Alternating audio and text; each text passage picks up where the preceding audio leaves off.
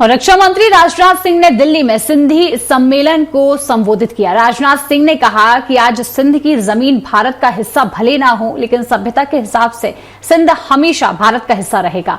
और जहां तक जमीन की बात है, कब बॉर्डर बदल जाए कौन जानता है, कल सिंध फिर से भारत में वापस आ जाए। उन्होंने लाल कृष्ण आडवाणी का भी जिक्र करते हुए कहा कि उन्होंने अपनी एक किताब में लिखा था, सिंधु हिंदू, खासकर उनकी पीढ़ी के लोग अभी भी सिंध को भारत से अलग नहीं मानते हैं। तो एक ये बड़ा बयान रक्षा मंत्री राजनाथ सिंह का सामने आया है। सिंध भारत का अभिन्न हिस्सा है और हो सकता है आने वाले समय में एक बार फिर भारत का हिस्सा वो बन जाए। यह भारत का हिस्सा भले ही ना हो, लेकिन सभ्यतागत रूप से सिंध हमेशा भारत का हिस्सा रहेगा।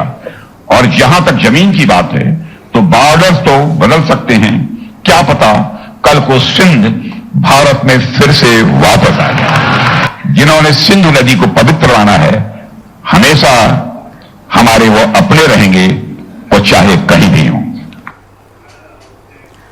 और लखनऊ में आज सीएम योगी की अध्यक्षता में अहम बैठक होने वाली है। जानकारी के मुताबिक बैठक में धान खरीद व्यवस्था को सुचारू और पारदर्शी बनाने के लिए अहम बैठक होगी।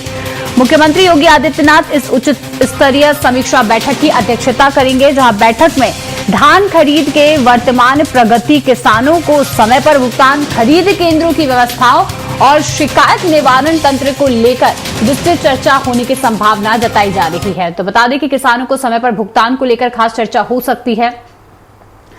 सीएम योगी आदित्यनाथ ये बैठक लेते नजर आएंगे। सरकारी खरीद केंद्रों की निगरानी पर फोकस इस बैठक में रह सकता है। तो एक बड़ी बैठक का आयोजन होने जा रहा है। सीएम योगी आदित्यनाथ ये बैठक लेंगे। धान खरीद को सुचारू बनाने के लिए ये बैठक मानी जा रही है। सभी को दिशा निर्देशित किया जाएगा, क्योंकि किसानों को किसी प्रकार की समस्या ना हो, जिसमें धान खरीद की वर्तमान प्रगति, किसानों को समय पर भुगतान, खरीद केंद्रों की व्यवस्थाओं और शिकायत निवारण तंत्र को लेकर विस्तृत चर्चा देखने को मिल सकती है। चलिए और अधिक जानकारी लेंगे। पवन सिंह हमारे साथ जुड़ चुके हैं। पवन, देखिए एक बड़ी बैठक का आयोजन होने जा रहा है। सीएम इस बैठक को लेंगे। देखिए किसानों को लेकर खास चर्चा हो सकती है, तो क्या विषय जो है वो यहाँ पर सामने आ सकते हैं और क्या निर्देश जारी किए जा सकते हैं? बिल्कुल सर, देखिए मुख्यमंत्री योगी आदित्यनाथ पहले भी 2017 में सरकार बनने के बाद ही किसानों के लिए बड़ी हितैषी साबित हुई। 36,000 करोड़ रुपए तुरंत मुख्यमंत्री योगी आदित्यनाथ ने, उत्तर प्रदेश सरकार ने किसानों का माफ किया था। उसके बाद से लगातार किसानों की प्रगति और किसानों के जो कार्य हैं या किसानों की जो खेती बाड़ी का काम है, उसमें मुख्यमंत्री योगी आदित्यनाथ हमेशा उनके डिपार्टमेंट से प्रगति देखते रहते हैं। अभी चूंकि इस समय धान की खरीद चल रही है, जिसे लेकर मुख्यमंत्री तक कुछ शिकायतें पहुंची हैं, और इसी कड़ी में मुख्यमंत्री योगी आदित्यनाथ आज अभी अपने सरकारी आवास पे बैठक कर रहे हैं। और इस बैठक में खाद्य रसद के प्रमुख सचिव और उच्च अधिकारी इस बैठक में मौजूद है। सबसे बड़ी बात बताना चाहेंगे कि अभी तक 4.40 लाख से अधिक किसानों ने धान खरीद के लिए पंजीकरण कराया है, और इसमें करीब 4,171 खरीद केंद्र बनाए गए हैं। जबकि सबसे बड़ी बात है कि अभी तक 4.12 लाख मीट्रिक टन धान की खरीद हुई है।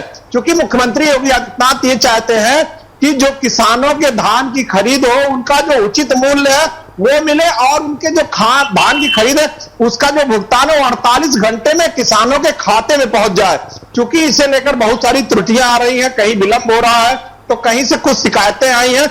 उन शिकायतों का निस्तारण करने के लिए मुख्यमंत्री योगी आदित्यनाथ ने आज बैठक बुलाई है, और इसमें उच्च अधिकारियों से डिस्कस करेंगे कि इसे और सरल कैसे बनाया जाए। क्योंकि इस बार पोर्टल बनाया गया है कि किसान इसे पंजीकरण करा ले, और पंजीकरण कराने से उसकी धान खरीद में आसानी होगी और उसे भुगतान करने में भी काफी आसानी होगी। और इसे मॉनिटर भी बहुत आसानी से किया जा सकता है। कोई व्यक्ति कहीं से भी ऑनलाइन चेक कर सकता है कि आखिर क्या व्यवस्था है, किसका धान कब खरीदा गया और कब उसे पेमेंट मिला है। इन सभी चीजों को लेकर के मुख्यमंत्री योगी आदित्यनाथ आज यह उच्च स्तरीय बैठक अपने सरकारी आवास कालिदास मार्ग में कर रहे हैं, और इसमें मुख्यमंत्री योगी आदित्यनाथ अभी तक के हुए धान खरीद की फीडबैक लेंगे, और आने वाले आगामी जो धान खरीद होगी उसके लिए उचित दिशा निर्देश देंगे। कि उच्च अधिकारियों को यह बताना चाहते हैं या समझाना चाहते हैं कि जो किसान है, उन किसानों को स्पेशली कोई समस्या ना आए, उनको धान बेचने में और अच्छा मूल्य प्राप्त करने में, और उनका जो भुगतान है वह 48 घंटे में उनके खाते पर पहुंच जाए। क्योंकि किसान की यही मूल कमाई होती है, ये धान और गेहूं। क्योंकि ये मुख्य फसल है, उत्तर प्रदेश भी कहीं न कहीं से बहुत ज्यादा कृषि पे आधारित है, डिपेंड है। बहुत सारे लोग जो कृषि पे आधारित है उनकी यही सब कमाई होती है और इसी से उनके पूरे घर परिवार का भरण पोषण होता है, चाहे वो दवा हो, पढ़ाई हो या किसी के घर में कोई मांगलिक कार्य हो, इन सभी चीजों का निस्तारण वो इसी से कर पाता है।